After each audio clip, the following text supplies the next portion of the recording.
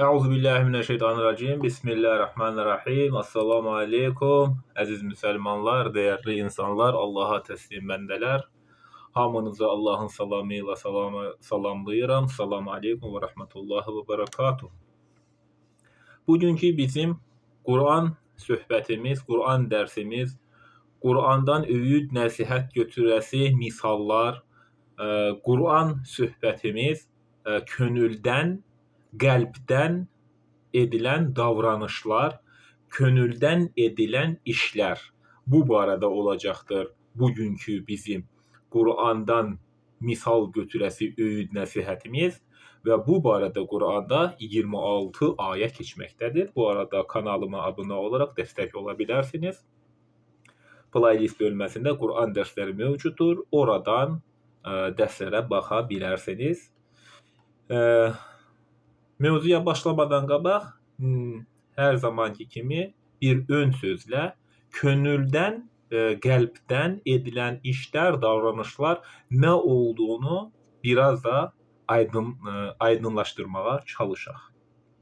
Könül insanın Allahın rızasını gözləyərək, heç bir qarşılıq gözləmədən başqalarının maddi mənəvi ehtiyaclarına cavab verməsi, dəstəkləməsi, yardımlaşması mənalarına gəlməkdədir.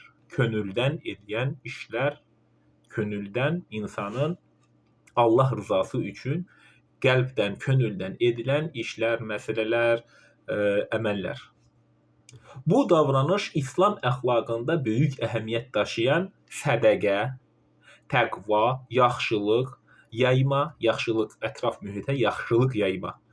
Biz insanlarla hər zaman daim insanın kimliyinədən asılı olmayaraq bizim insanlıq vəzifəmiz birinci insanlarla insan kimi davranmaq və insanların faydasına yararlanacaq işlər etmək.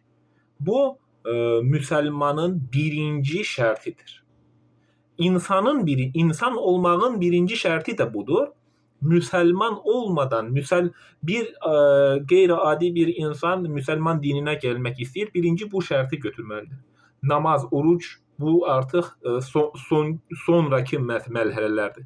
Birinci insan kimi insan olmalıdır. Adam kimi adam olmalıdır. Sonra namazdır, orucdur, ibadətlərdir, digər məsələlər ağlını işlədib də araşdırmalıdır. Yoxsa insan qula qul olar.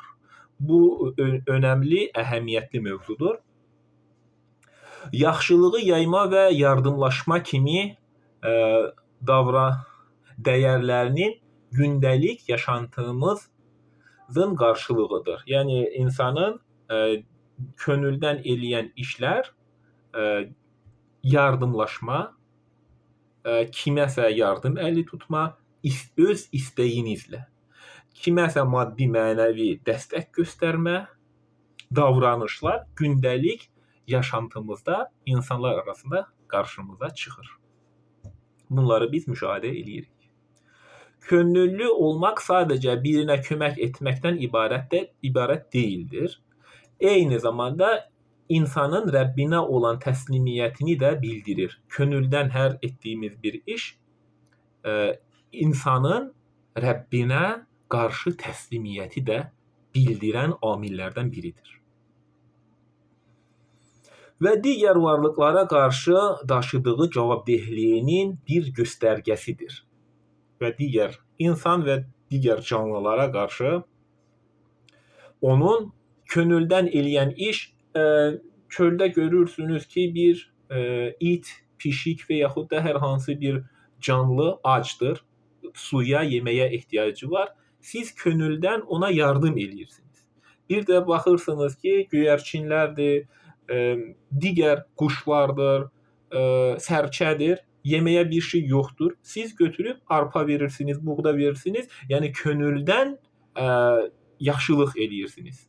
Həmin heyvanlara qarşı etdiyiniz yaxşılıq da maddi mənəvi, könüldən etdiyiniz yardım təqvadır. İnsanlar üçün etdiyiniz, könüldən etdiyiniz yaxşı işlər bu da təqvadır. İnsanların faydasına yararlanmaq insanlardan insanlar sizin etdiyiniz işlərdən yararlansınlar. İnsanlara xeyirlə yararlanmaq, könüldən edəcəyimiz işlər bunlardır. Nə olursa olsun, birinə çıxarıb pul verərsən və yaxud da birini yedirib içirərsən və yaxud da bir pay alarsan, paltar alarsan, heç bir verməyə bir şey yoxsa təbəssüm eləyərsən, insanla yaxşı ünsiyyət apararsan, onu sevindirərsən. Bu könüldən gələn davranışlardır. Könüldən gələn davranışlar deyiləndə insan ikiyüzlü olmamalıdır. Qarşısında insanı sevindirib də arxasından qeybət eləmək bu insanı ikiyüzlülüyə gətirib çıxaran amil olar. İnsanın qarşısında necə davranırsansa, insanla o olmayan yerdə də siz elə davranmalısınız. Bir başqa insan olmayan yerdə, bir insan əgər olmayan yerdə bir başqa insanlarla hansısa etdiyiniz söhbət, həmin o insan olmadan etdiyiniz söhbət, o gələndə onun qarşısında həmin söhbət eləyə biləsiniz. Yəni bir digər insandan etdiyiniz söhbət qarşısında da elə edin ki, o insan orada olanda da onun qarşısında da eləyə bilərsiniz. Qeybət əslən insan özündə olan qüsurları görməyib başqa insanlarda qüsurlar axtarmağa çalışır. İnsanların bir çoxu belədir. Bu xəstəlikdir.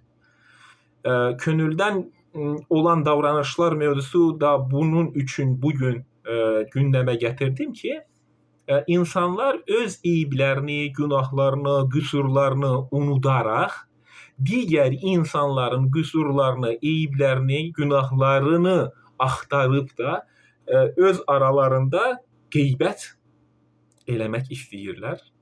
Bu çox böyük günahdır. Siz elə danışın ki, və yaxud da deyim ki, bir insan məndən danışacaq və yaxud da hər hansı bir özümdən deyim mən. 2 nəfər məndən danışacaq. Məndən eləyəsi söhbət elə eləyin ki, sonrası gün mənə şəxsən deyə biləsiniz. Yəni, mənim adımdan bir çox şeyləri uydurub da adımdan pis söhbətlər eləməyin. Və yaxud da digər bir insandan. Digər bir insan əgər sizin yanınızda yoxsa, onun dalınca qeybət eləyirsiniz, qabağında öyürsünüz. Belə şeylər olmaz. Bu ikiyüzlülük olur. Könüldən gələn nə varsa, yaxşılığı Allah rızası üçün hər bir insana edin. Necə könüldən etdiyiniz o yaxşılıq varsa, elə də həmin insanla özü ilə də eləyin. İnsan getdikdən sonra da onun barəsində də pis söhbətlər eləməyin. Çünki hər insan özünə cavabdehdir. Digər insanların günahlarından biz cavabdeh deyilik. Biz uzun sözün qısa forması öz günahlarımızı, öz təqsirlərimizi, öz aşıbqaları unutub da digər insanların qüsurlarını axtarmaya çalışmayaq. Bu yığcam formasıdır. Qurani Kərimdə insanı yaxşılıq etməyə, yardımlaşmaya və ya başqalarının sıxıntılarının həlli yolu üçün çalışmalarına dair bir çox ayət mövcuddur. Məsələn, Maidə 2, yaxşılıq etməkdə və Allahdan çəkinərək, özünüzü qoruyaraq bir-birinizə yardım edin. Yaxşılıq etməkdə. Günah işlər görməkdə və düşmənçilikdə bir-birinizə köməkçi olmayın. Maidə surəsində belə buyurulur. Yaxşılıq etməkdə təşviq eləyin, düşmənçilik etmədə bir-birinizə yardım eləməyin. Yəni düşmən olmayın. Qeybət qıraraq biri digərinə düşmən olmasın. Dini bölərək, məzhəbləşdirərək biri digərinə düşmən olmasın. Ayrı seçkilik olmasın. Hər insan bu dünyada günah əhlidir. Bizim günahlarımızı bağışlayacaq olan uca Allahdır. Allah Teala hər bir insana ölənə qədər şans verir. İnsan istədiyi kimi yaşayar. Bizim istədiyimiz kimi yaşamamağımız üçün, öz ağlımızla yaşamamağımız üçün Allah Teala hidayət rəhbəri göndərib ki, biz o yolla getsək, biz qurtuluş eləyərik. Kim necə istəsə elə də yaşaya bilər. Heç kimə la ikrahə fiddin Qurani Kərimdə Allah Teala deyir. Dində zorluq, çətinlik yoxdur. Mən və yaxud da digəri biz insanlar ancaq Quran ayələrini səsləndirib insanlara eşitdirə bilərik. İnternet vasitəsilə və yaxud da digər dolaylı yollar vasitəsilə insanlara çatdıra bilərik. İnsanı zorla ya dinə, ya namaza, ya heç bir şeyə çağırmağa, zorla onu məcbur eləməyə heç kəsin haqqı yoxdur. Hər kəs bir şəxsiyyətdir. Allah Taala bizə ağıl verib, düşüncə verib, yaşantımızı düzəltmək üçün, əxlaqlanmağımız üçün bizə hidayət rəhbəri olan Qurani-Kərim verib ki, biz Quran əxlaqı ilə əxlaqlanaq. Bizim həyatımızda olan qarınlıqları Quran vasitəsilə aydınlaşdıraq. Quranla biz qaranlıq yolları aydınlaşdıraq ki, biz yolu doğru gedək, düz gedək. Bu öyüd və nəsihət ilə hərəkətlə könül və könüllük təkcə sosial bir cavabdehlik deyil, eyni zamanda İslami bir vəzifə və əxlaqi bir borcdur. İslami bir vəzifə və əxlaqi bir borcdur. Könüldən eləyən davranışlar, işlər, məsələlər, hər hansı nə olursa olsun. Könüldən eləyən hər bir iş çox vacibdir. Bir insanı sən deyə bilərsən, namaz qılarsan, bir dəfə, iki dəfə deyə bilərsən, ancaq məcburən onu qıldırsan, sonra onu tərgiyə bilər. Könüldən insana sən gözəl şəkildə izah eləsən ki, namaz biz nə üçün qılırıq? Namaz bizim Allaha qulluğun nişanəsidir. Namaz bizim Allaha qulluğun işarəsidir. Və namazı biz Allahın bizə verdiyi nemətlərə qarşı bir təşəkkür olaraq qılırıq. Biz bunu belə anlasaq, insan namazı daimi qılar. Qorxu, qorxu ilə sən qılmalısan, bu vərcdir, fərzdir, bu vacibdir, onu qılmasa olmaz kimi qorxudaraq bunu eləsəniz, sabahsı gün riyakar olar insan, o namazı tərgiyə bilər.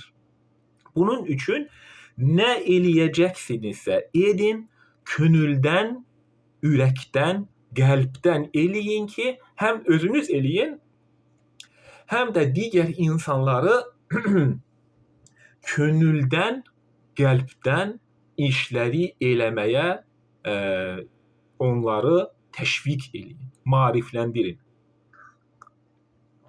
Könüldən eləyən iş çox vacibdir. Müsəlman özü üçün arzuladığını insanlıq üçün də istəyən bir anlayışla hərəkət etməlidir. Özü üçün istədiyini, müsəlman özü üçün istədiyini, insanlıq üçün də istəyən bir anlayışla, digər bir insanlıq üçün, özü üçün istədiyini, digər insanlıq üçün istəyən bir anlayışla hərəkət eləməlidir. Mən qazanım, mən eləyim, mənim olsun kimi anlayışlar olmasın, digərlərini də unutma. Bu, insanlıq vəzifəmizdir. Bizim insan olmağımız üçün insanlıq vəzifələrimiz var. Bu vəzifələrdə adam kimi adam olmaq başlıca məsələsi və könüldən etdiyimiz işlər. Bu, vacib və əhəmiyyətli bir məsələdir. Bir yetimin başını oxşamaq, xəstələri ziyarət etmək, yaşlılara dəstək olmaq və ehtiyac sahiblərinə yardım əli uzatmaq könüldən eləyən işlər. Məsələn, bunlar bəziləridir və digər işləri də eləyə bilərsiniz könüldən. İnsan birinci öz qohumlarına yardım etməli, ata, ana, bacı, qardaş və s. Sonra da digər insanlara və insanlığa. Fərq yoxdur. Dinindən, irqindən asılı olmayaraq hər bir insan öz ata-anasına, öz qohum-əqrabasına yardım etmək məcburiyyətindədir. Bir-birinə dəstək olmalıdır insanlar. Bir-birinə maddi-mənəvi kömək göstərməlidir.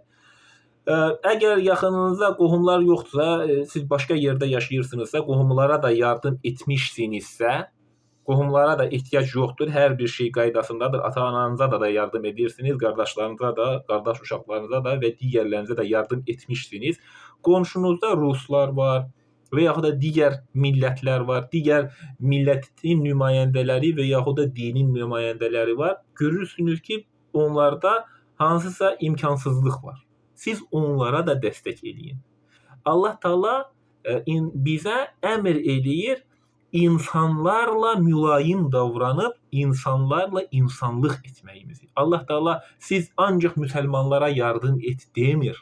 Allah Taala insanlara yardım et deyir bizə. Allah Taala əmr eləyir biz insanlarla insan kimi davranaq. Ancaq müsəlmanlara Allah demir. Həm müsəlman olsun, həm qeyri-müsəlman olsun, kim olursa olsun insana yardım et. Hər hansı bir insana Allah rızası üçün yardım et və sənin yardımınla o ondan yararlansın. Yararlanası, faydalanası işlər görək. Bu Allah qatında böyük mükafatlara vəsilə olan davranışlardır, könüldən etdiyimiz işlər. Həmçinin bütün peyğəmbərlər, nəbilər belə buyurublar, insanların ən xeyirlisi insanlara faydalı olanıdır. Bütün peyğəmbərlərin, Adəm peyğəmbər də, İdris də, Yunus da, İsa da, Musa da, Muhammed də belə buyurublar. O dövründə də Quran nazil olanda Qurana uyğun hədis dedikləri sözlər danışıblar. Peyğəmbərimizdən də belə dediyi eşidilir və İsa peyğəmbər də belə deyib, insanların ən xeyirlisi insanlara ən çox faydalı olanıdır. Bu da Qurana uyğun bir sözdür. Könüllük bir başqasının acısına ortaq olmaq, yardımlaşmaq, yaxşılıqları etmək və pisliklərdən çəkinməkdir. Könüldən eləyən məsələlər və belə etdiyimiz təqdirdə biz cəmiyyət arasında sağlam adımlarla irəliləyərik və uca Allah da əməllərimizdən razı olar. Hər nə qədər bu işlər, çabalar dünyada qarşılıqsız kimi görünsə də, Allah qatında ən fəzilətli və məqbul əməllər arasında yer almaqdadır. Ola bilsin ki, siz yaxşılıq eləyirsiniz, qarşısında pislik görə bilərsiniz. Bu adi bir haldır, adi bir davranışdır. Onu da unutmayın ki, Əraf surəsində olacaq. Allah Taala deyir, siz pislikləri yaxşılıqla bağlayın deyir. Bunun üçün bir adama yaxşılıq eləyəcəksinizsə, əvəzini gözləməyin. Allah rızası üçün eləyin. Bu könüldən edilmiş olduğunuz davranışlar olar. Bir də Sirat köprüsü çox narahat olduğum və sosial şəbəkələrdə də gördüyüm bir Sirat köprüsü məsələsi var. Bizim uşaqlıqdan bizə dediyi Sirat köprüsü, güya cəhənnəmin üzərində gediləsi 5000 il düz, 5000 il yuxarı, sonra aşağı Cübbəli Əhmədin uydurmaları var belə. Buna bir Qurana baxıb, Quranla cavab tapdım bu məsələdə. Quranda Allah Taala deyirmi Sirat köprüsü var deyə. İndi bunu araşdıraq. Bir də Sirat köprüsü ilə əlaqəli bir şey deyim. Bu barədə Quranda heç bir ayə yoxdur. O cəhənnəmin üzərində olan lezva kimi gediləsi, o yuxarı, sonra düz, sonra aşağı eniləsi 5000, 10000, 20000 il gediləsi Sirat köprüsü deyilən bir köprü Qurani Kərimdə yer almır. Yoxdur Quranda Sirat köprüsü ilə əlaqəli heç bir ayə. Bizim uşaqlıqdan eşitdiyimiz Sirat köprüsü güya cəhənnəmdə lezvadan nazik bir körpü olub və oradan keçən insanların kimilərin ayaqlarını kəsərək cəhənnəmə düşəcək, kimilərə də uçaraq cənnətə qonacaqlar, kimi uydurma fikirlər el arasında gəzməkdədir. Biz də bu uşaqlıqdan bu uydurmaları eşitmişik. Və bu Sirat köprüsü 1000 illərin gediləsi yoldur kimi tanıdıblar. Bir məqamı da deyim, müsəlmanların qanında uçan insanların, müridlərin uçuşları hər zaman yer alıb. Bu müsəlmanların qanındadır, uçan insanlar. Göydə qanad çarpan şeyxlər, quş kimi uçan şeyxlər, müridlər kim olursa olsun, ayı zəbt edib üzərində yaşayan hansısa qoca kişi, mürid, usta, şeyx, kim necə adlandırırsa əgər, qabağında baş əydikləri ustalar, uzun saqqallı qoca kişilər. Bu quş kimi uçan insanlar xristianlarda da, yahudilərdə də var. Əfsuslar olsun, onlarda da, müsəlmanlar arasında da bu uçan insanlar yer almaqdadır. Bu cəhalət müsəlmanlar arasında baş alıb getməkdədir. bəziləri də peyğəmbərin saqqalı şərif deyə kapsulun içərisində onu öpüb başına qoyurlar, onu silirlər, gözünə, başına öpür, başına sürtür. Belə cahiliyyət eləyənlər də var. Güya o peyğəmbərin saqqalıdır. Olsun peyğəmbərin saqqalı. Peyğəmbərin saqqalı elə onun üçünmü, o bütpərəstlik üçünmü var o? Peyğəmbəri biz beləmi təsvir eləməliyik? Nə üçün o kapsulun içində olan saqqalı öpüb də başımıza qoyuruq? Nə deməkdir bu? Bu bütpərəstliyin özüdür. Quran bizə qoca insanların mürid dediyimiz şəxsləri müqəddəsləşdirməyə yol verməz. Heç bir insanı Quran-ı Kərim müqəddəsləşdirməyə yol verməz. Heç bir peyğəmbəri də müqəddəsləşdirməyə yol verməz. Müqəddəs, Əl-Qüds, müqəddəs olan yalnız uca Allahdır. Heç bir peyğəmbər də müqəddəs deyillər. Və bu böyük bir şirk olduğunu Allah müxtəlif ayələrdə bizə bildirir və belə etsəniz ibadətləriniz yox olacağını da Allah Quranda bizə xəbər edir. Sirat köprüsünün əsl mahiyyəti və məqsədi bizim bu dünyadakı həyat yolculuğumuzdur. Və bu həyatda getdiyimiz yoldur. Sirat köprüsü dediyimiz o köprü bu həyat yolculuğudur. Bu həyat yolculuğu Sirat köprüsü də deyə bilərsiniz. Yox, cəhənnəmin üzərində olan o lezvədən nazik yol deyildir bu. Bu həyat yolculuğun özü siratdır. Enişli, yoxuşlu, düzgün yollar var. O yollardan sən gərək doğru gedəsən. Gecə qaranlığında səni aydınlatacaq, o gecə qaranlıq kimi qaranlıq yerləri, o zilləti, o zülməti aydınlaşdıracaq əlimizdə Quran kəlamı var. Quranla biz yollarımızı aydınladaq və doğru şəkildə gedək.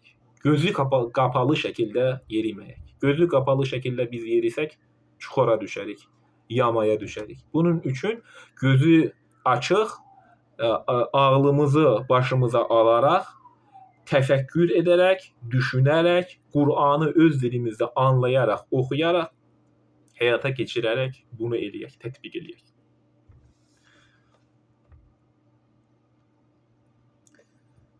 Bu həyat yolculuğumuz deyək ki, siratdır. Qiyamətdə bu yolu doğru gedənlərə mükafat, doğru yoldan, Allahın yolundan çıxanlara da cəza verəcək olan bizim sahibimizdir, Allahdır. Bizə mükafatda cəzayı da verəcək olan bizim sahibimiz uca Allahdır. Siz təki insan haqlarına riayət edin. İnsan haqları çox vacibdir. Biz günah işlər eləsək, Allaha qarşı namazda, ibadətdə və yaxud da digər ibadət məsələlərində hər hansı bir qüsur eləsək, biz Allaha tövbə eləyərik. Allah günahlarımızı bağışlayar. Əgər biz insanların haqqına girsək, tövbə eləsək, kifayət deyildir. Biz insanların haqqına girmişiksə, insana o haqqı biz ödəməliyik. Nə qədər zərər veribsə, nə qədər ziyan veribsə və yaxud da zülm eləmişiksə, o zülmü ödəməlidir insan. Tövbəyi biz yalnız Allaha eləyərik, Allah bağışlayar. Amma insanların haqlarını əgər biz pozsanız, birinci, o həmən pozduğunuz haqqı siz ödəməlisiniz. Yoxsa gedib orada boş sözlə haqqımı halal et demək kifayət deyildir. Birinci haqqını ödə, sonra halallıq istə, sonra tövbə elə. Bu belədir. Allah Quranda bizə insan haqlarını harda qalmışdıq? Siz təki insan haqlarına riayət edin. Allah Quranda bizə insan haqlarını çeynəsək, insanlarla ədalətsiz olsaq, insanları aldadıb onlara zülm etsək, həm bu dünyada, həm də qiyamətdə bu əməllərə görə cəza verəcəyini, cəhənnəm atəşi toxunacağını bildirir. İnsan haqlarına girsək, həm bu dünyada əzab olacaq, həm də qiyamətdə. Bizə şəfaət şəfaət edəcək olan da uca Allahdır. Sirat köprüsü deyəndə biz bunu belə anlayaq. Quran ayələrinə keçək. Bəqərə 138. Onlara belə deyin. Budur Allahın dini. Kimin dini Allahın dinindən daha doğru ola bilər? Biz yalnız ona ibadət edənlərik. Biz yalnız Allaha ibadət edirik. Bəqərə 139 deyə Allah barəsində bizimlə mübahisə mi edirsiniz? Halbuki o bizim də Rəbbimiz, sizin də Rəbbinizdir. Bizim əməllərimiz bizə, sizin əməlləriniz isə sizə aiddir. Biz ona sadiq olanlarıq. Hər kəs, hər insan Allaha özü cavab verəcək etdiyi yaxşı və pis əməllərdən ötürü. Və digər insan bir digər insandan cavabdeh deyildir. Biz yalnız necə insanlara deyə bilərik. Quranda Allah Teala bunu belə deyir. Allahın əmri budur. Allahın hüdudlarından biz keçmək. Biz insanlara ancaq biz bunu gözəl şəkildə anlada bilərik. Məcbur eləyə bilmərik biz heç kəsi. Çünki la ikraha fid-din, dində zorluq yoxdur Allah Teala deyir. Din insanın ən hür, ən azad olması bir məsələdir. Din Allaha qulluqdan başlayır. Birinci dinə giriş Allaha qulluqdur. O Allaha qulluq eləyən insanlar o qədər o dini yönəlirlər. Allahın dini qalır kənarda. Çox danışdığım mövzulardır. Yenə bu barədə danışıram. Allahın dini qalır qıraqda. Özlərinin uydurduğu dinə yönəlirlər. Allahın kitabı qalır qıraqda, özlərinin yazdığı kitabları tətbiq eləyirlər, oxuyurlar, onları həyata keçirirlər, hökmü ondan götürürlər, onu uyğulayırlar, tətbiq eləyirlər. Allahın dini də kənarda qalır, Allahın kitabı da kənarda qalır. Din eləyənlər uydurmaları, mənfəətlərin dalınca gedirlər. Dinçilərin çoxu mənfəətlərin dalınca gedir. Niyə Qur'anı anlayaraq oxumurlar, oxumağa təşviq eləmirlər?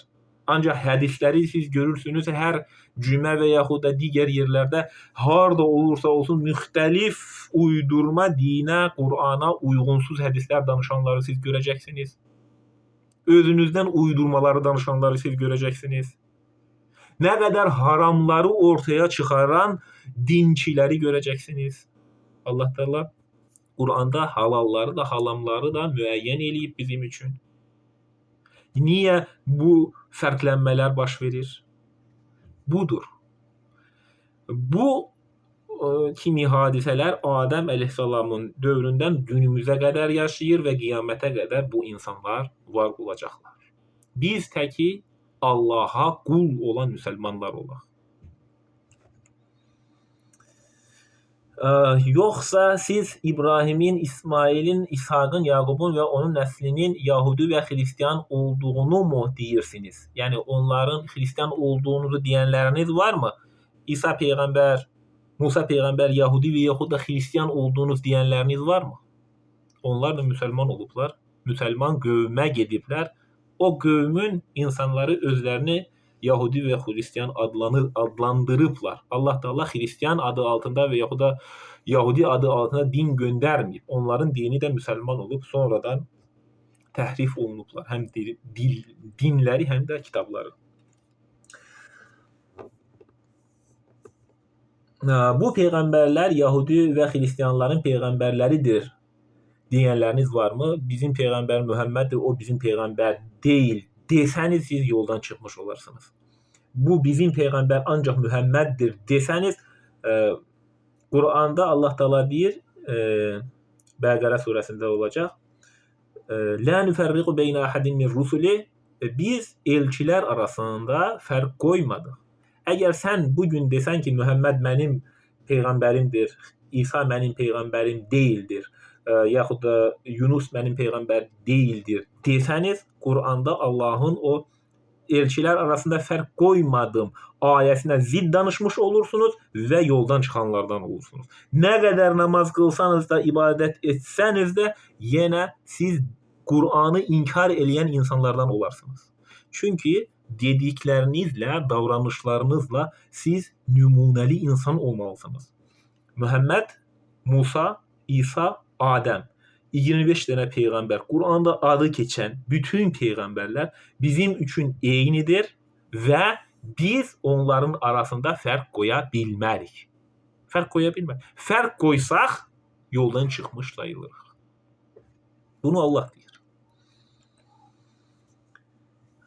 Belə desəniz, əgər fərq qoysanız, siz yoldan çıxmış olursunuz. Allah Quranda rəsullar, elçilər, peyğəmbərlər arasında bir fərq qoymadım deyir Bəqərə surəsində.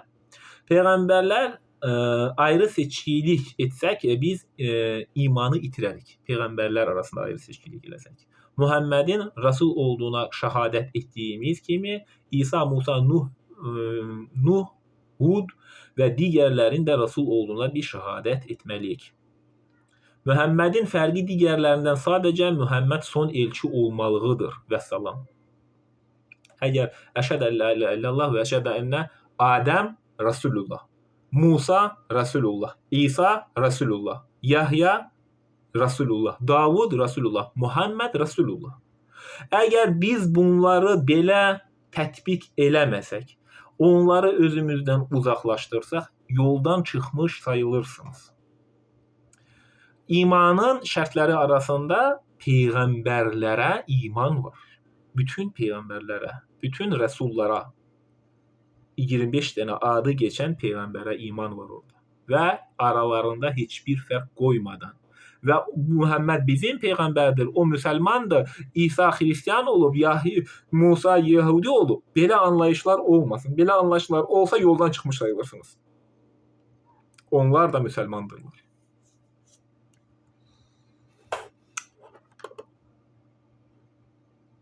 Muhammedin digər elçilərindən fərqi Muhammed sonuncu nəbi olmasıdır, sonuncu rəsuldur. Ondan sonra rəsul peyğəmbər gəlməyəcək. Budur ən onlardan fərqli cəhəti. Ən fərqli cəhəti deyəndə son nəbi olması, son rəsul olması və bir daha peyğəmbər gəlməyəcəyidir. Muhammedin digər peyğəmbərlərdən fərqi. Vəssalam. Bir digər fərqi yoxdur. Onların missiyası bizə Quran kitabı çatdırmaqdan ibarətdir. Başqa bir, onlar da özlərinə nə vəhiy olunubsa onu tətbiq edən insanlar olublar. Bu Quranda əvvəlki peyğəmbərlərə verilən kitabın özüdür. Siz siz daha yaxşı bilirsiniz yoxsa Allah? Allahın onlara nazil etdiyi gerçəyi gizlədən kimsələrdən daha zalim kim ola bilər? O Quran ayələrini oxuyub da onları insanlara danışmayan molla tipli dinçilərdən zalim kim ola bilər? Onu oxuyub da Allahın onlara nazil etdiyi gerçəyi, yenə deyirəm, yenə oxuyuram bu ayəni, gizlədən kimsələrdən daha zalim kim ola bilər? Allah Taala deyir bunu. Eşidirsiniz nə deyir? Bugün əgər Quranı biz həyata keçirməsək, Quranı tətbiq eləməsək, ona baxıb da öyüd nəsihət almasaq zalimlardan olarıq. Bunu Allah deyir. Allahın əmridir bizim Quranı həyata keçirməyimiz, yaşamağımız. Allah sizin etdiklərinizdən xəbərsiz deyildir. 141 onlar ömürlərini tamamlamış bir cəmaatdır. Onların qazandıqları özlərinə, sizin qazandığınız isə sizə aiddir. Siz onların etdikləri barədə sorğu-sual olunmayacaqsınız. Digər insanların, digər ümmətlərin etdiklərində siz sorğu-sual olunmayacaqsınız. Siz özünüzün etdiyi əməllərlə sorğu-suala çəkiləcəksiniz və Quranda bizə Rum surəsində olacaq, bu kitabdan sizi sorğu-sual eləyəcəyini deyir Allah Taala. Qurandan. Siz başqa kitablardan özünüzü hazırlanmayın. Qurandan hazırlıq görün ki, Allahın verəcəyi suallara doğru cavab verə biləsiniz. Bütün nəbilər bu kitabı, Quranı uygulamayı, yaşamayı, tətbiq etməyi, ondan öyüd nəsihət götürməyi, ibrət dərsi almayı bizə bu Allahın əmridir deyə bildiriblər və bizə bu kitabı yaşamayı tövsiyə etmişlər. Bu da Allahın əmridir. 142. Ağlını işlətməyən adamlar deyəcəklər, onlara üz tutduqları qiblədən döndərən nə oldu? De, məşriq də məğrib də Allahındır. O doğru tercih edəni, doğruları seçəni doğru bir yola yönəldər. 143. Bu qiblə dəyişmək ilə əlaqəli bir ayə var Qurani-Kərimdə. Dünya yaradılışından bu qiblə Məkkədəki Kəbə evi olub. Adəm əleyhissalam da o tərəfə çevirib namaz qılıb. Sonra Süleyman əleyhissalamın dövründə qiblə Qüddüsdəki məscidə çevrilib. Sonra o yenidən Kəbə olub, yenidən Kəbə tərəfə çevrilib. Bu imtahan məqsədi ilə olan çevrilmə olmuşdur. Bu barədə bugün Quran ayəsini oxuyacağam. Beləliklə sizi orta bir ümmət etdik ki, siz insanlara nümunə olasınız. Kitabınız da yanınızda olsun. Yönəlməkdə olduğunuz qibləni Qüddüsdəki Beytül Məqdisə sırf elçimizə tabe olanla ona üz çevirəni biləlim deyə etdik. Bu bir imtahan məqsədi ilə olan bir məsələdir. Qiblənin dəyişdirilməsi insanlara sadəcə bir imtahan, onları sınaqdan keçirmək olmuşdur. Qiblənin dəyişdirilməsi. Onun dəyişməsi Allahın doğru yolda olduğunu təyin etdiklərindən başqasına ağır gələr. Allah Kəbənin təkrar qiblə olacağına dair inancınızı boşa çıxaracaq deyildir. İnsanlara şəfqətli və yaxşılığı bol olandır. Dünyada ilk qiblə Məkkədəki Məscidül Haramdır, Kəbə evi, namaz qılan tərəf. Adəm Peyğəmbər də Kəbəyə Məscidül Haram tərəfə namaz qılıb. Sonra Süleyman Peyğəmbərin dövründə qiblə Qüddüsdə yerləşən Beytül Məqsidə çevrilmişdir. Məscidül Haramın təkrar qiblə olacağını bilən Yahudi və Xristianlar bunu Məkkədə və Mədinədə yaşayan ərəblərə xəbər verilmiş olmalarıdır və sonra qiblə təkrar Məscidül Haram Kəbə evi olmuşdur. Süleyman Peyğəmbərin dövründə Qüddüsdə yerləşən o Beytül Maqdisə çevrilərək namaz qılırdılar. Sonra Süleyman Peyğəmbər dövründə bu olmuşdur. Sonraki dövrdə yenə qiblə Kəbə evi olmuşdur. Bu yer dəyişmə az bir vaxtda olub və insanları sınaqdan keçirməkdən ötürü olan bir məsələdir. 238. Namazlara və orta namazı sayğı ilə davamlı qılın. Allahın huzurunda sayğı ilə durun namazlarda. Əgər nədənsə qorxsanız və ya narahat olsanız, xəstə ola bilərsiniz, dəstəmaza su tapmaya bilərsiniz, səfərdə ola bilərsiniz, müharibədə, savaşda ola bilərsiniz. Müharibədə və savaşda siz namazları qısalda da bilərsiniz. 4 rəkatı, 2 rəkatı da qıla bilərsiniz, 4 rəkatlıq namazları. Bu zaman namazınızı ayaq üstə və ya minik üzərində qılın. Namaz vaxtı çatdı mı, maşında sükan arxasında da qıla bilərsən həmin namazı. Yəni bunun üçün asoba çölə çıxıb da maşını saxlayıb çöldə qılmağa ehtiyac yaranmır. Çünki Allah Taala deyir, əgər nədənsə qorxsanız, narahat olsanız, nəyisə narahat eləsə sizi, namazı deyir Allah Taala, bu zaman namazı ayaq üstə və ya minik üzərində qılın. Ayaq üstə. Yeriyərkən yeriyirsiniz, namaz vaxtı çatıb, görürsünüz ki, namaz vaxtı gecikir. Yeriyərək o namazı qıl. Və ağzınla tələffüz elə. Hərəkət eləməyə ehtiyac yoxdur. Ağzınla tələffüz elə. Beyninlə onu düşün, namazda olduğunu düşün. Və yaxud da sükan arxasında. Maşın sürürsən, maşınla gedirsən, namaz vaxtı çatıb, namazı qılırsan. Sükan arxasında. Onun üçün maşına dayandırıb da internetdə bizim gördüyümüz çox müxtəlif yerlərdə görürük. Biz metrolarda, orada, burada avtobusu dayandırıb çölə çıxıb namaz qılır. Bu biraz da riyakarlığa gətirə bilən bir məsələdir. Allah Taala belə məsələlər olmasın deyə bu riyakarlıq, ikiyüzlülük insanları hansısa məsələlərdə narahat eləsin və yaxud da bir digər insanlar, qeyri-müsəlmanlar namazın nə olduğunu anlamazlar. Bunun üçün hər bir şeyi Allah Taala Quranda qeyd eləyib. Metroda, Moskvada namaz qılıb da orada təxribat aparacaqlar deyən nə qədər müsəlmanları biz görürük. Mənim fikrimcə onlar həmin metroda və yaxud da marşrutkayı saxlayıb çöldə namaz qılan insanların mənim görüşümlə onlar riyakarlıq edirlər. Çünki Bəqərə surəsinin 239-cu ayəni onlar oxumayıblar. Allah Teala deyir, minikdə ayaq üstə gedəndə əgər sizi narahat edən bir şey varsa, əgər qorxu nəsə varsa, nəsə narahat olunacaq bir məsələ varsa, yeriyərək və yaxud da minik üzərində o namazı qıl deyir Allah. Biz bunu Qurandan müşahidə edirik. Metroda, orada, burada namazı qılıb da ora insanları toplayıb da başqa müxtəlif qeyri-müsəlmanların başında müxtəlif suallar yaradan hadisələr, məsələlər biz eləməyək. Ağlımızı başımıza alaraq Quranda Allah Taala'nın dediyi şəkildə dini yaşayaq. Bayaq dediyim kimi namaz vaxtı çatdı mı sükan arxasında namaz qılı. Təhlükə soğuşduqda isə sizə bilmədiklərinizi öyrədən Allahı sizə öyrətdiyi kimi zikr edin. Yəni təhlükə soğuşduqda artıq evdəsiniz. Hər bir şey qaydasındadır. Artıq namaza adi şəkildə qıla bilərsiniz. Allahın ayələrini beynimizdə yerləşdirmək üçün namaz qılın. Ayələri beynimizdə yerləşdirməkdən ötürü.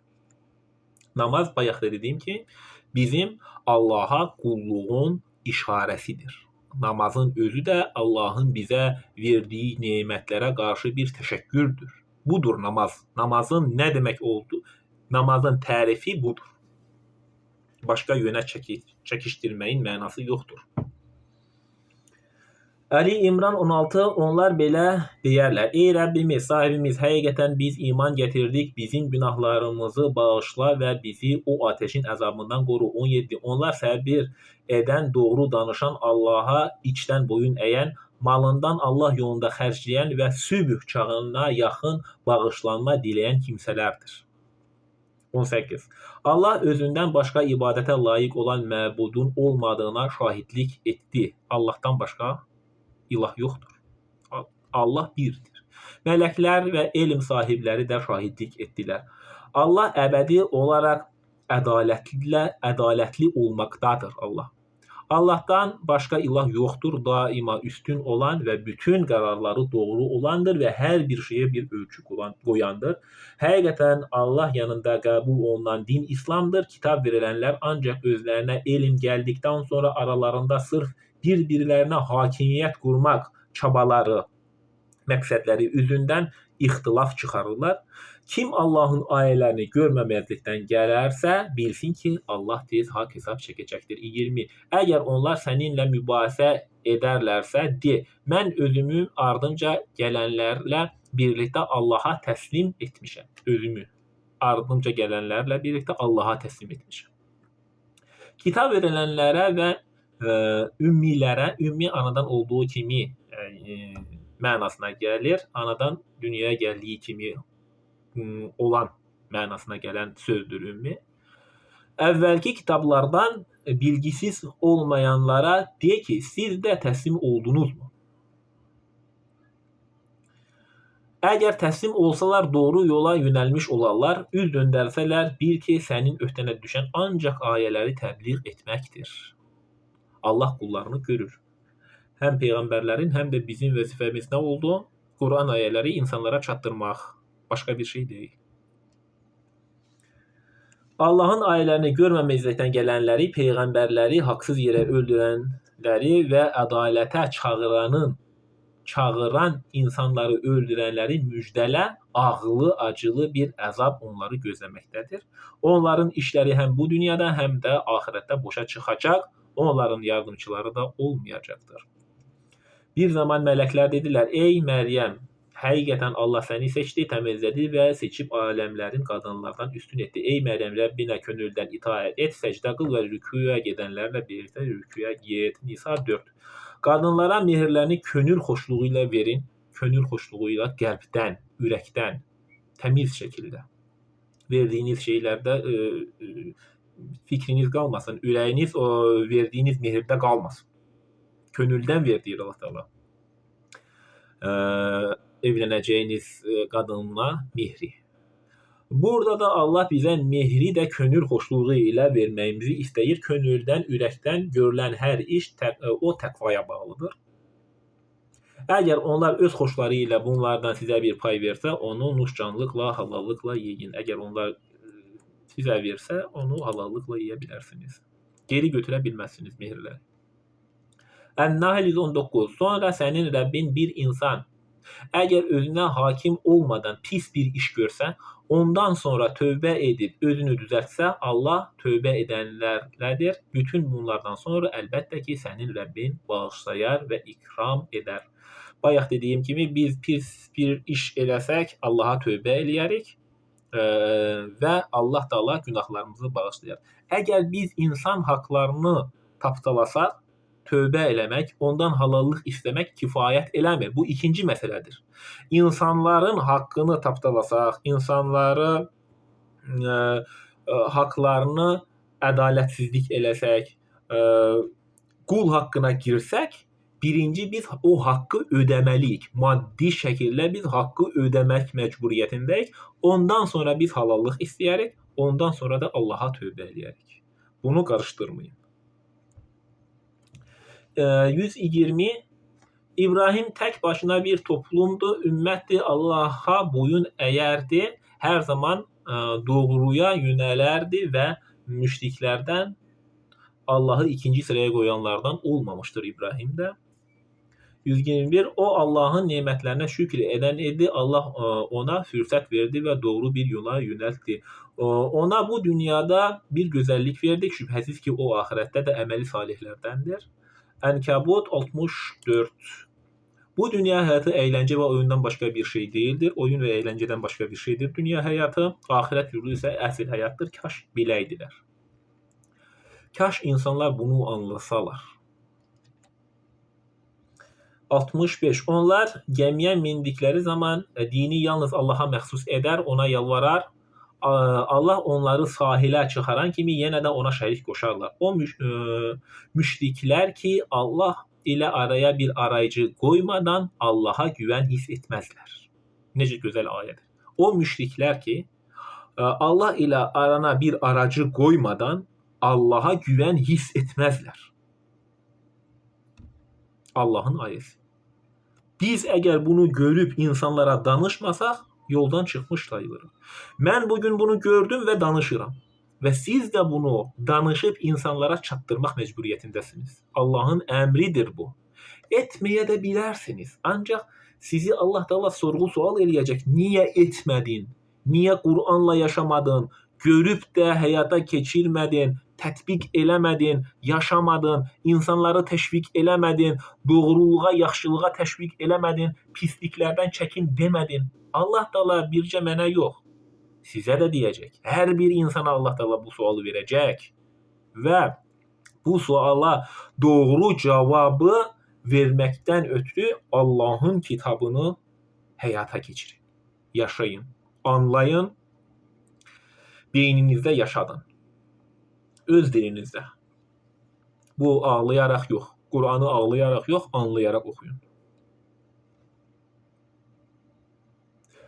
Bu bir təyyarəyə minəndə insanlardan müşahidə olunmur. Qur'anda Allah Taala gəmiyə minəndə bu misal verdi. Bu bir də təyyarəyə minəndə insanlardan müşahidə olunur. O quruya çatanda necə onlar şirk qoşurlar. Gəmiyə minəndə Allaha iman gətirirlər. Allah Taala onlara quruya çatdıranda yenə şirk qoşurlar. Təyyarə məsələsinə baxaq. İnsanlar təyyarəyə minəndə də belə eləyirlər. Müsəlman dini hökmləri tanımayan, Allahın ayələrinə riayət etməyən elə insanlar var ki, təyyarəyə minmədən qabaq dua edərək minərlər və Allahı yad edərlər. Allahı tanımayan insanlar da Allahı yad edərlər təyyarəyə minmədən qabaq. Necə ki, gəmiyə minmədən qabaq Allahı yad etdikləri kimi. Təyyarə uçuşu uğurla yerə enəndə yenə həmin insanlar öz inancsızlıqları içərisində qalarlar və Allahı unudarlar. Bu təyyarə səyahəti, gəmi səyahəti və s. kimi yerlərdə insanlarda müşahidə olunur. Bir hər hansı səyahətə ora-bura gedəndə heç Allahı tanımayan bir insan həmən ağlına Allah düşəcək. Allahın gücü və qüdrəti, əzəməti düşəcək. Təyyarə uğurla yerə enəndə və yaxud da gəmi quruya çatanda o yenə Allahı unudacaq. Allah Teala yenə düşünməyimiz üçün bu ayəti göndərir bizə. Bunu Allahın onlara verdiyini görməmək və günlərini gün etmək, əylənmək üçün edərlər. Onlar yaxında öyrənəcəklər. Ər-Rum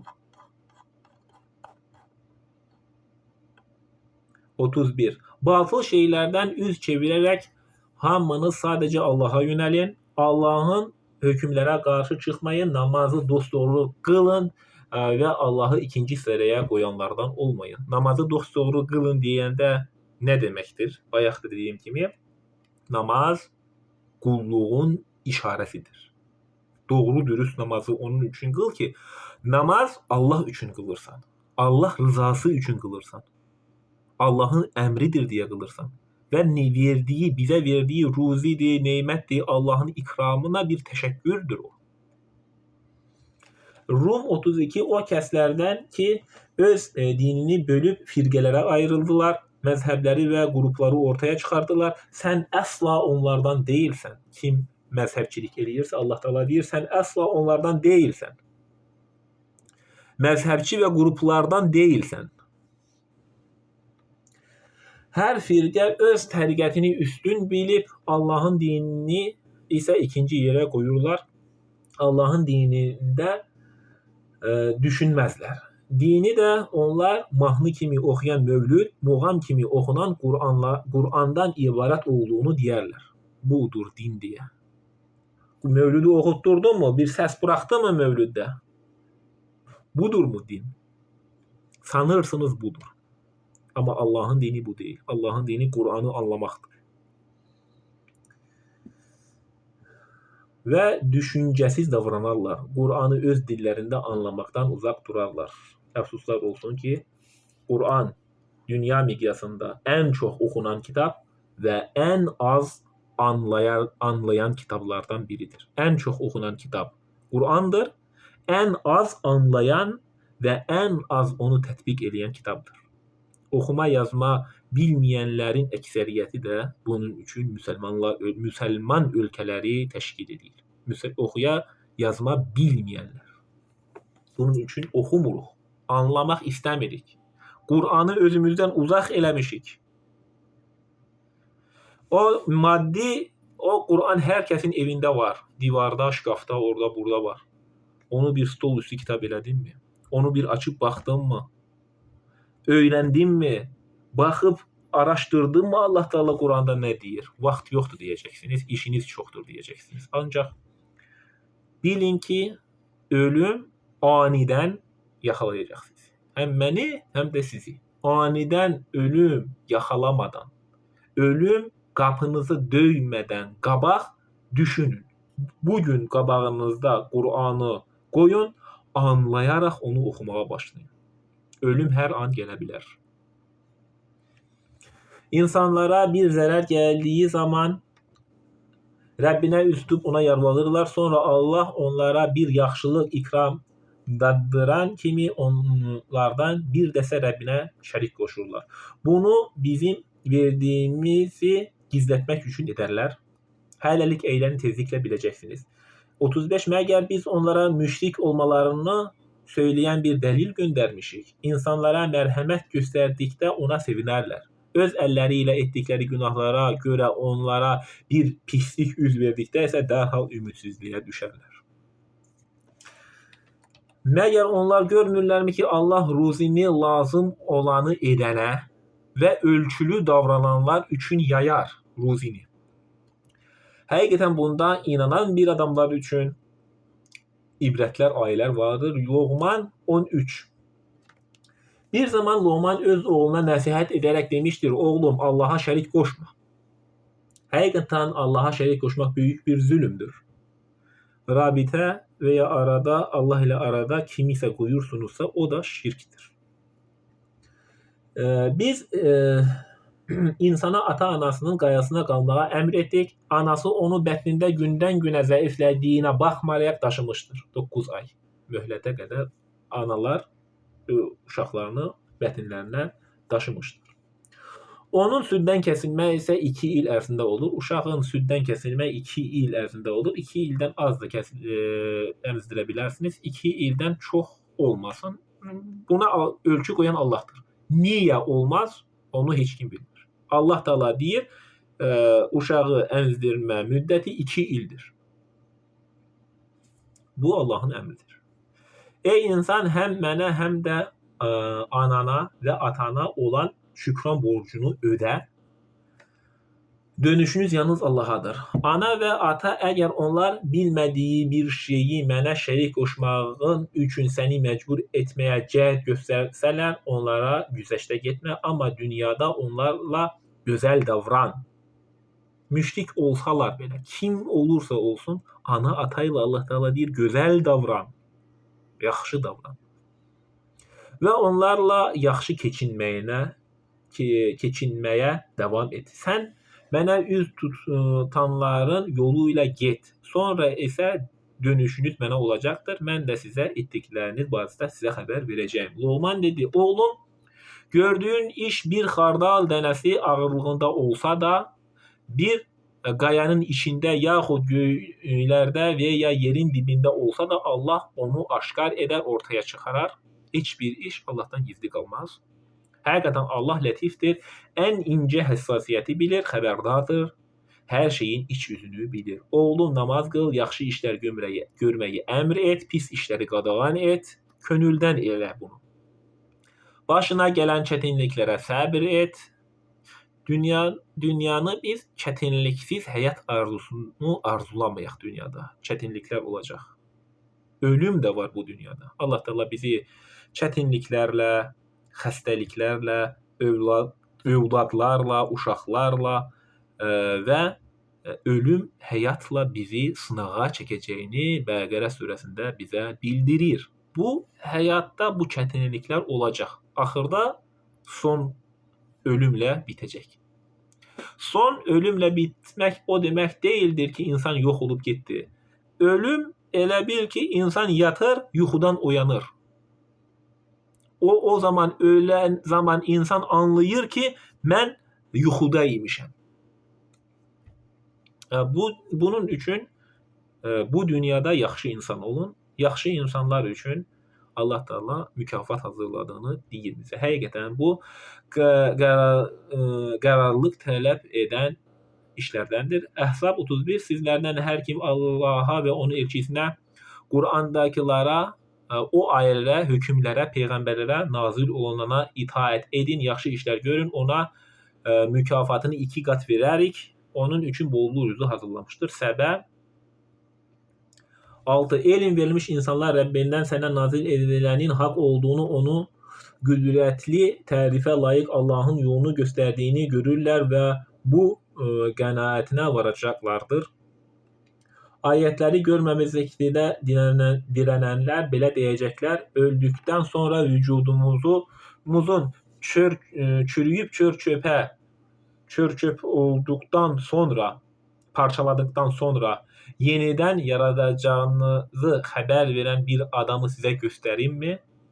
Bu adam Allaha qarşı yalan mı uydurur, yoxsa cinlərin təsirinə mi girmiş? Cinlərin təsirinə girmək, bu söylənti bir məcazdır. Cinlər insanlara musallat ola bilməzlər. Cinlərin təsirinə girən insanlar deyirlər. Bu bir söyləntidir. Cinlər insanlara girə bilməz, musallat ola bilməzlər. Axirətə inanmayanlar əzaba düçar olacaq və dərin bir azğınlıq içərisində qalacaqlar. Bunlar göyə və yerə, qarşılarına və ya arxalarına baxmırlarmı?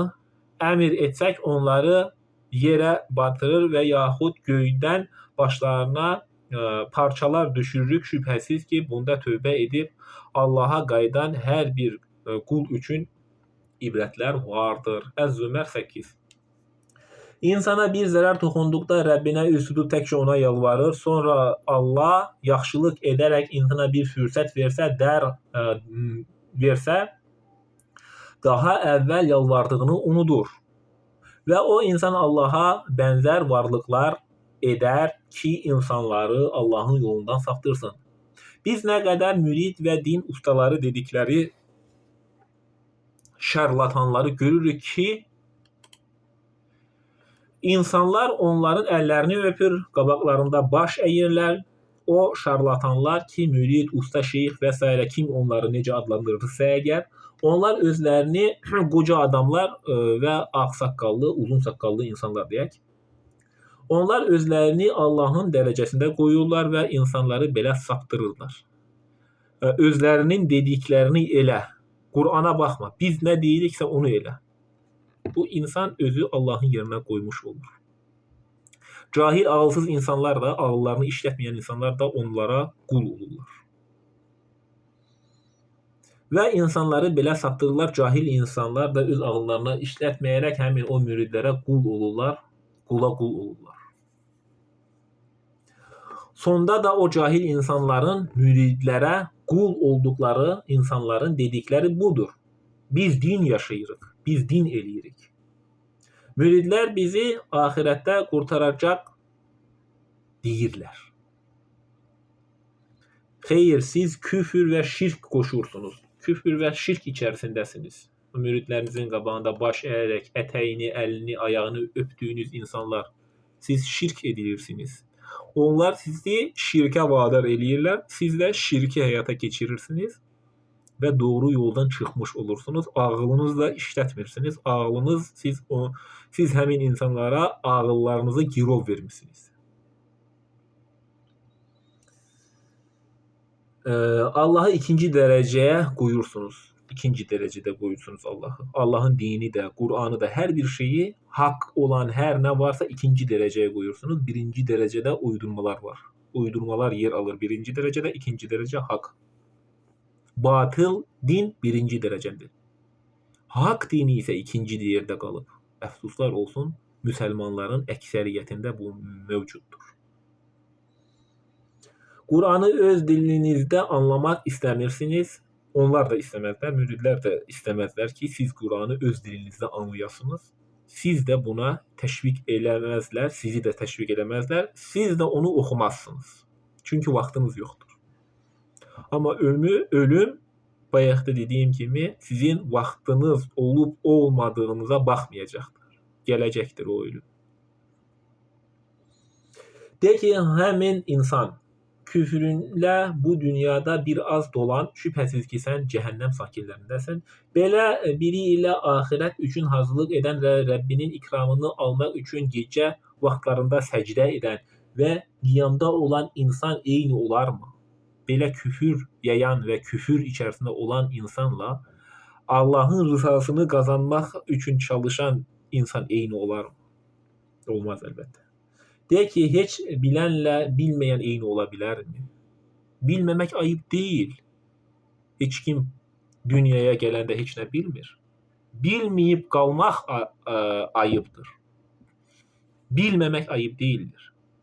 Siz bilməyə çaba göstərin, çalışın, öyrənin. Bunda ancaq ağıl sahibləri düşünüb ibrət alırlar, elə isə ağlınızı işlədin. Qullarıma mənim bu sözümü de, ey mənim iman gətirən qullarım. Sizi yaradan sahibinizdən, Rəbbinizdən çəkinərək özünüzü qoruyun. Bu dünyada yaxşılıq edənlər yaxşılıq tapar. Həm bu dünyada yaxşılıq tapar, həm də ahirətdə. Allahın yaratdığı yer üzü, torpaq genişdir. Yalnız səbr edənlər mükafatları hesabsız veriləcəkdir. De ki, mənə verilən əmr budur, bu dini heç bir şey qatmadan qulluğu sadəcə Allah'a et. Bugünkü Quran dərsimiz Qurandan öyün nəsihət, könül və könüldən edilən davranışlar ilə əlaqəli oldu. Biz bu dünyada daima çalışaq insanların faydası üçün yaxşı işlər görməyə. Bu işlər maddi və mənəvi ola bilər. Tək ki, insanlar bizim etdiklərimizdən yararlansınlar, faydalansınlar və bizim əməllərimizdən razı qalsınlar. Könüldən etdiyimiz hər bir yaxşı iş bizim təqvamızı artırar və mənəviyyatımızı qidalandırar. Və 2 qat savab alarıq. Hesabsız verəcək deyir Allah Teala. Könüldən etdiyiniz yaxşı işlərə görə sizə hesabsız veriləcəkdir. Mükafatlar hesabsız olacaq. Dünya həyatı qısadır, davranışlarımıza daim diqqət edək. Biz oxuyub öyrənməyə vaxt ayıraq. Bizim millət oxumadan danışmayı çox sevir. Əfsuslar olsun, bu da bir gerçəkdir. Oxumadan, öyrənmədən danışmayı sevənlər çoxdur. Və ortalığa müxtəlif dedikodu çıxır. Biz oxuyub öyrənsək tək ümmət olarıq və bir olarıq, birlik olar, birlikdən güc doğar. Əgər biz din deyə dilini özgələşdirib ondan uzaqlaşsaq, məzhəbçilik etsək, bu zaman biz İslamı, dini anlamamış insanlar toplusu olaraq, cahillər toplusu olaraq. Din Allahındır, hökm O'nundur. Doğru qərar verən Allahdır. Allah bu dində hansı hökmlər qoyubsa, bizə düşən o hökmləri tətbiq edib uygulamaqdır. Bizim üzərimizə düşən vəzifə Qur'anı anlamaq, öz dilimizdə oxumaq, insanları təşviq eləmək, maarifləndirmək, oxumaq, öyrənmək və öyrətməkdir. Bizim üzərimizə düşən vəzifə budur. Allah Taala bu dini doğru anlayanlardan və doğru yaşayanlardan, əməli salih, gözəl əxlaq sahibi insanlar bizi eləsin. Həm bu dünyada, həm də axirətdə Allah Taala bizi qorusun. Allah Taala bizə bu dünyada xəstələrə şifa, öldükdən sonra bizə şəfaət eləsin. Söhbəti dinlədiyinizə görə minnətdaram. Və aleykum əssalam və rəhmətullah və bərəkatuhu. Sağ olun, var olun.